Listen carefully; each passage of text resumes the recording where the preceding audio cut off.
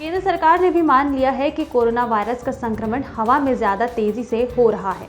नीति आयोग के सदस्य VK Paul ने सोमवार को ये बात कही। हालांकि Indian council of medical research ने कहा कि दूसरी लहर कम खतरनाक है। वीके पॉल ने बताया कि पिछले साल आई लहर में जितने लोग संक्रमित हुए थे उनमें 30 साल से कम उम्र वाले 31% थे। इस बार की लहर में ये 32% हैं। 30 से 45 साल के बीच की उम्र वाले 21% हैं। पिछले साल भी संक्रमितों में इनकी तादाद इतनी ही थी। ऐसे में साफ है कि युवाओं में संक्रमण ज्यादा होने जैसी बात नहीं है।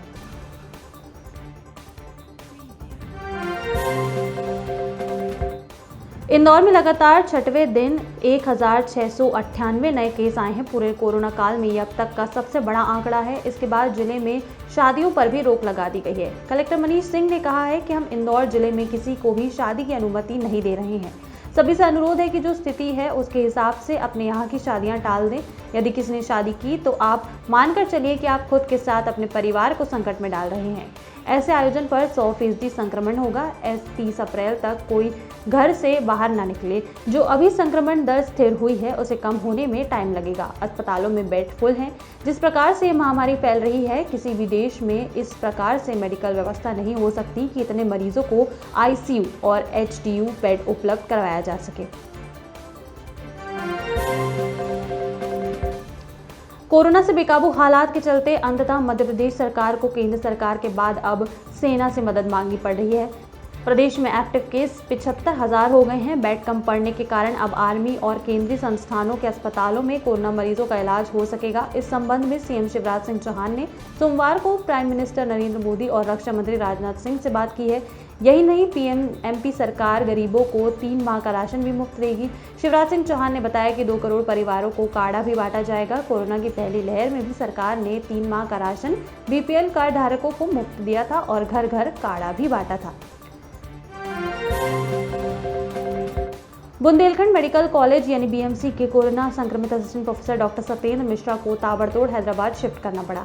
सागर से भोपाल तक 175 किलोमीटर ग्रीन कॉरिडोर बनाया गया। इसके बाद भोपाल से हैदराबाद के लिए एयर एम्बुलेंस से भेजा गया। 5 घंटे में ही इलाज भी शुरू हो गया। उनकी हालात अभी नाजुक है।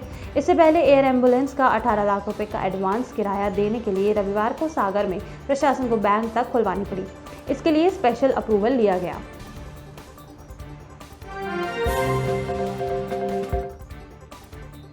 कोरोना की वजह से बिगड़ते हालात पर कांग्रेस अक्सर सीएम शिवराज सिंह चौहान पर तंज कसती रही है। ऑक्सीजन की कमी से लेकर जरूरी दवाओं की शॉर्टेज तक हर बात पर सीएम शिवराज को कांग्रेस ने जमकर घेरा है। हाल ही में पूर्व सीएम कमलनाथ ने तो सीएम शिवराज सिंह चौहान को कोरोना की लड़ाई में नाकाम तक कह डाला।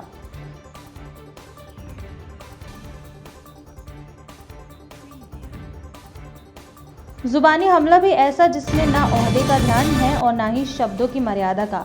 सीएम पर ऐसा कमेंट करने वाले नेता जबलपुर से ताल्लुक रखते हैं। वहीं जबलपुर, जिसकी पाटन विधानसभा सीट से अजय विश्नोई सीएम को अक्सर घेरते रहे हैं। सिंधिया समर्थकों को जीत से पहले ही मंत्री बनाने का मुद्दा हो, मंत्रिमंडल विस्तार का मुद्दा हो या फिर कोरोना से निपटने के इंतजाम करने का मुद्दा हो, विश्नोई हर मुद्दे पर सीएम शिवराज पर हमला करते हैं।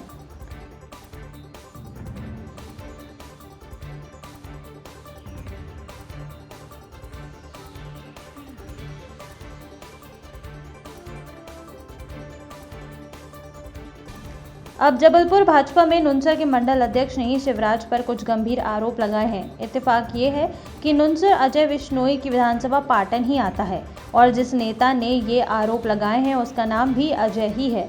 अजय पटेल नुनसर के मंडल अध्यक्ष हैं जिन्होंने सीएम को निकम्मा तक कह डाला। अपनी फेसबुक पोस्ट में अजय पटेल ने लिखा कि अपने प्रदेश के निकम्मे मुख्यमंत्री का मैं खुद बीजेपी का मंडल अध्यक्ष इसका विरोध करता हूँ, चाहे जो भी हो, क्योंकि मैंने अपनों को मरते हुए देखा है। मैं यदि अपने परिवार के लिए ही इंजेक्शन की व्यवस्था नहीं कर सकता तो इसे अपनी नाकामी मानूं या अपनी सरकार की। इससे जाहिर होता है कि मध्य प्रदेश के बीजेपी नेताओं में ही कोरोना के इंतजाम को लेकर कितनी नाराजगी है। अब शिवराज के सामने कोरोना के अलावा बड़ी चुनौती ये है कि वो पहले अपनों की शिकायतें दूर करे या फिर कांग्रेस के आरोपों से उलझे या इस पूरी राजनीति के परे रखकर सिर्फ प्रदेश की जनता की फिक्र करें।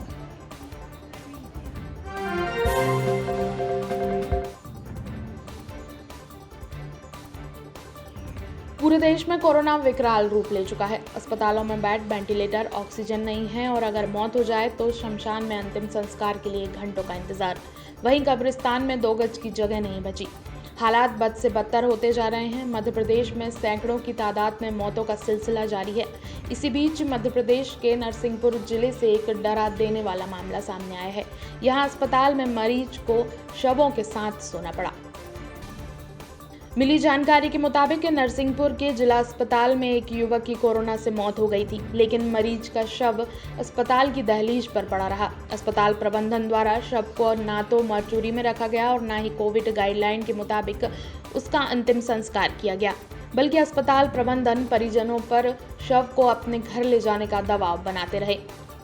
वहीं मृतक का भाई भी उसी अस्पताल में भर्ती है। मृतक के भाई का कहना है कि उसका ऑक्सीजन लेवल 85% घट चुका है। घर में बुजुर्ग माँ बाप के अलावा कोई नहीं है। उन्हें अस्पताल द्वारा परेशान किया गया। मृतक के भाई ने आगे बताया कि पहले तो उसके भाई को प्राइवेट अस्पताल में भर्ती किया गया था, लेकिन उसका ऑक्सीजन लेवल कम होने लगा, जिसके बाद उसे जिला अस्पताल में भर्ती किया गया, लेकिन इलाज के दौरान उसकी मौत हो गई। उसके बाद भाई की मौत होने के बाद अस्पताल वालों ने शव को अस्पताल की दहलीज पर रख दिया और शव को घर ले जाने के लिए दबाव बनाते रहे। मृतक के भाई ने आगे कहा कि उसके साथ भी बुरा बर्ताव किया जा रहा है। उसको अस्पताल में शवों के साथ सोना पड़ा है। हालांकि मामले की जानकारी जब जिले के कलेक्टर को लगी तो मृतक का अंतिम संस्कार कोविड गाइडलाइन के मुताबिक किया गया।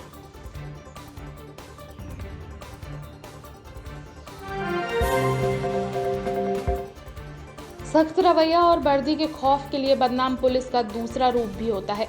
दीवानगंज में पुलिस के ये जवान कोरोना का तनाव कम करने के लिए अब पक्षियों की जान बचाने के तमाम प्रयास कर रहे हैं।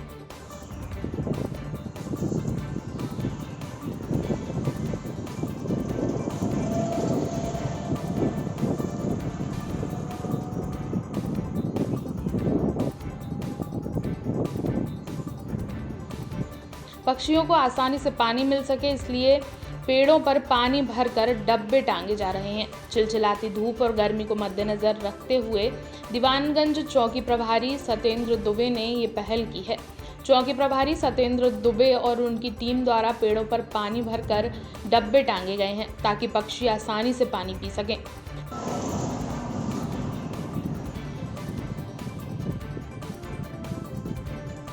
वहीं ये पुलिसकर्मी इन डब्बे में कोरोना की ड्यूटी से समय निकालकर रोज पानी भरने का भी काम करेंगे।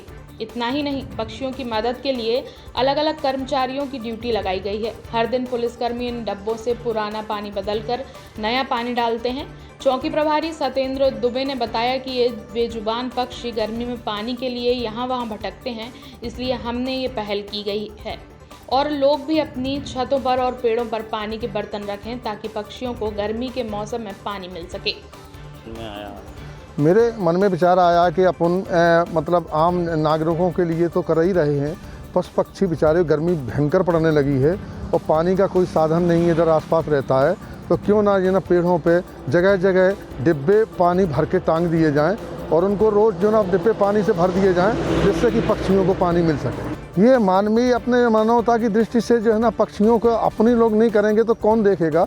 अपन इंसानों के लिए तो करते हैं, लेकिन पक्षियों के लिए भी अपने मन में अपने हृदय में ये विचार आया कि क्यों ना अपन पक्षियों के लिए कुछ सेवा करें। मैं भी अपने आसपास के अपने क्षेत्र के लोगों से अपील करते हैं कि आसपास क्षेत्र के लोग पक्षियों के लिए, पशु पक्षियों के लिए, जानवरों के लिए भी पानी का कहीं ना कहीं साधन बनाएं, जिससे कि वो जो ना प्यासी ना रह सके और पानी समय पे पी सके।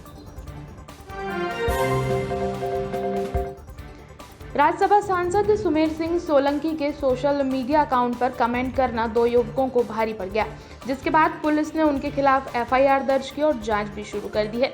आपको बता दें, ये पहला ऐसा मामला होगा जब किसी सांसद की शिकायत पर किसी ट्वीट पोस्ट पर आए कमेंट पर कार्रवाई की गई है। ये कमेंट क्या थे आप जानेंगे तो आपको भी लगेगा कि कार्रवाई बिल्कुल उचित है। दरअसल सांसद ने एक पोस्ट किया था कोरोना वायरस पर जागरूकता लाने के लिए।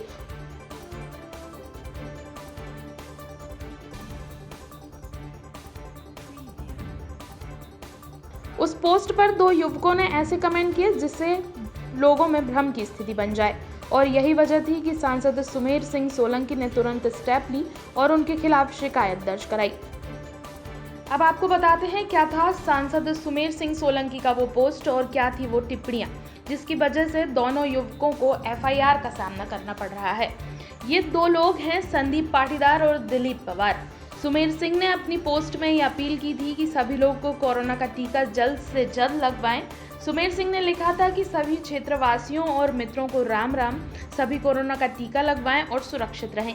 जिस पर संदीप पाटीदार ने टिप्पणी की कि सर मौत का टीका है, जो लगा रहा है वही बीमार पड़ रहा है। उसके बाद दिलीप पवार ने भी ऐसी ही टिप्पणी की। दिलीप पवार ने लिखा कि कोरोना की वैक्सीन तो आ नहीं रही, फिर आप लोग क्यों टीका लगवाने के लिए बोल रहे हैं। जिन्होंने टीके लगवाए वो शमशान घाट में आराम से सोए हुए हैं। इस आपत्तिजनक टिप्पणी को सुमेर सिंह ने गंभीरता से लिया और तुरंत पुलिस को इसकी शिकायत दर्ज करवाई। राज्यसभा सांसद की शिकायत पर पुलिस ने एफआईआर दर्ज की है और दोनों युवकों की टिप्पणियों पर जांच शुरू कर दी है। माना जा रहा है कि इस तरह की पहल से जो लोग कोरोना के टीके के खिलाफ भ्रामक जानकारियां फैला रहे हैं उन पर रोक लगेगी।